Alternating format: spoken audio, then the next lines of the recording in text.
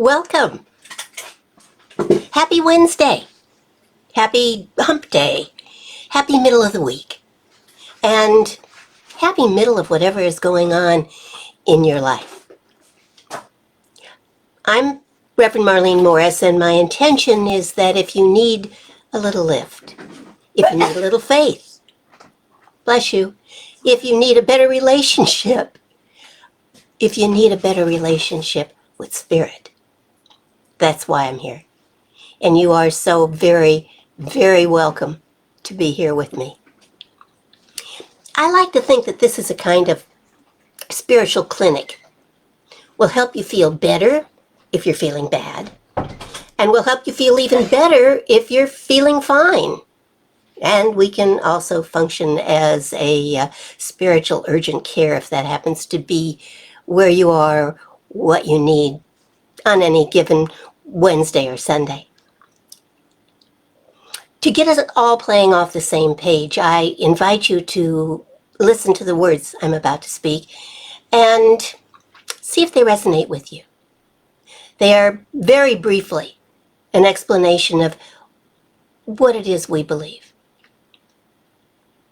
We believe that there is a creative, motivating power in the universe, that it is the intelligence and the action and the power behind all of creation.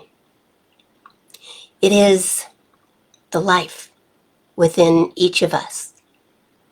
I know it, I feel it, I believe it. And so it is. So, I thought there was a lot of stuff going on in the world last week. And there was. But it feels like the stuff has doubled this week. Our beleaguered president is flying all over the world trying to get things done. While back here at home, it feels like Congress is working very hard to undo what seemed to be done. Meanwhile, the pandemic keeps keeping on. Vaccines are trying to catch up. Are you inoculated? Are you boosted? Are you going to get yet another booster? And are you going to mix and match boosters? Are you confused? A lot of people are. Where are we going? What are we doing? Are we really going to build back better, or are we going to destroy ourselves? All in the name of what? I guess my real question is, how does all of that stuff that is going on affect you? I know we all care. Although we may care about different things, we may care differently. But what, as a spiritual being having a human experience, what in our individual lives can we do about it? Think on that, will you? And while you are thinking, I invite you to listen to what I'd like to talk to you about tonight. Perhaps while I talk and while you listen, I trust you will listen. Maybe while all that's going on, something will make itself clear to us and we can begin to heal the divisions that have come between us.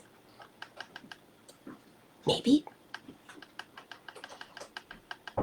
Good evening, ladies. Glad you're here. I'm going to just go ahead and jump on into what I want to talk about and think on this, would ya? And when you've thunk, remember what you've been thinking about, and we'll chat when I'm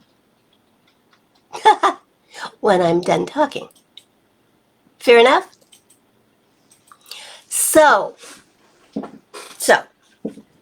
my Zen calendar last Sunday offered a quote from Thich Nhat Hanh, which took my breath away and has been on my desk and on my mind ever since I turned the page on the calendar. And I knew I had to share it with you. It was this: enlightenment for a wave is the moment the wave realizes that it is water. Let me say it again. Enlightenment for a wave is the moment that the wave realizes that it is water.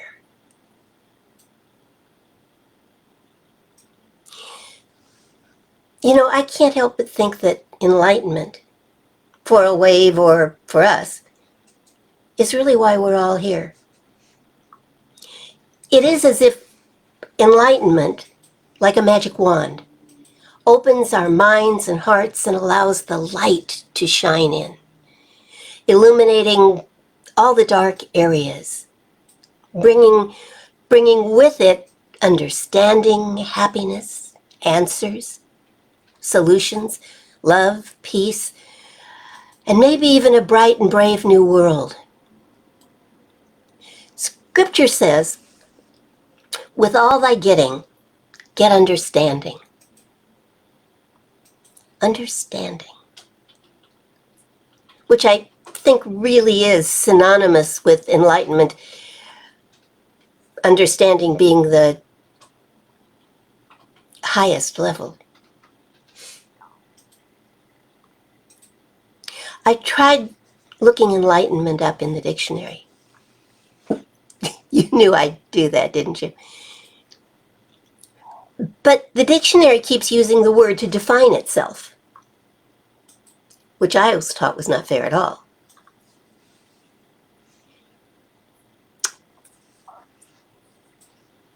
They were either using the word to define itself, as in enlightenment is to become enlightened, duh, or using it to define the age of enlightenment, which was not at all what I was looking for. I did, however, find this. Finally, enlightenment is defined as being advanced and having gained necessary information or knowledge, especially spiritual knowledge. So, if enlightenment really is about gaining spiritual knowledge, and with that I would hope spiritual understanding, as contrasted with intellectual understanding, which a lot of us have, according to our beliefs, it is simply a realization of God within and the power that is inherent in that. That would be my definition of enlightenment. A realization of God within and the power that is inherent in that. It's going beyond an intellectual understanding that God is all there is. Yeah, okay. And therefore all we are. Yeah, fine. But also it contains the understanding that God is not only the giver of all good, but also allowing ourselves to reach a place where our very soul gets that the presence of God is the gift itself. Emily Cady, the author of Lessons in Truth, which is considered one of Unity's main texts, writes, in the beginning of Solomon's reign as king over Israel, the divine presence appeared to him in a dream at night, and it said, ask what I should give you. Ask what I should give you. What a lovely question. And Solomon said, give your servant, therefore, an understanding mind. With all thy getting, get understanding. And it so pleased the Lord that Solomon asked for this and not for long life or riches or the life of his enemies. It so pleased the Lord that God said, "Indeed, I give you a wise and discerning mind, and I give you also what you have not asked, both riches and honor, all of your life. No king shall compare to you."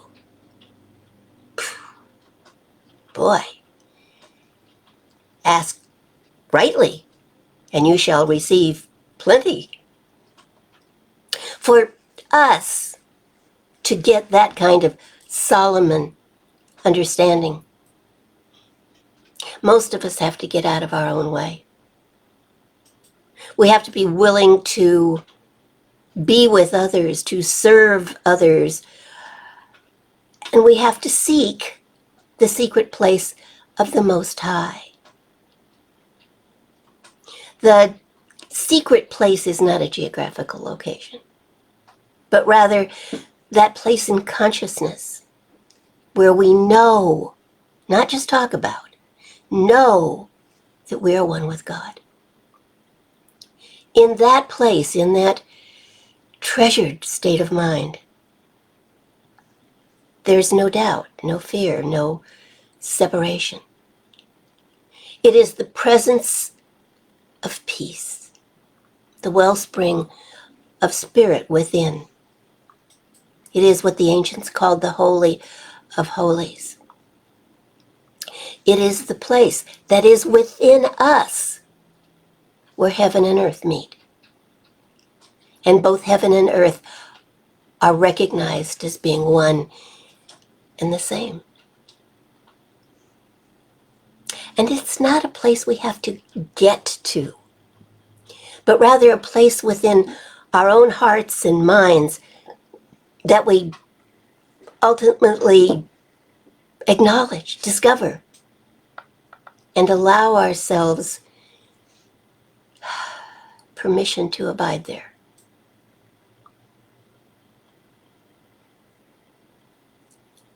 Why bother?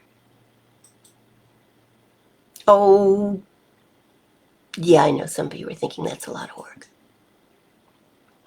But bother we must, because the benefits of spending time in the secret place are innumerable, but they're unlimited. In this place, there is peace, peace of mind, peace of life. There is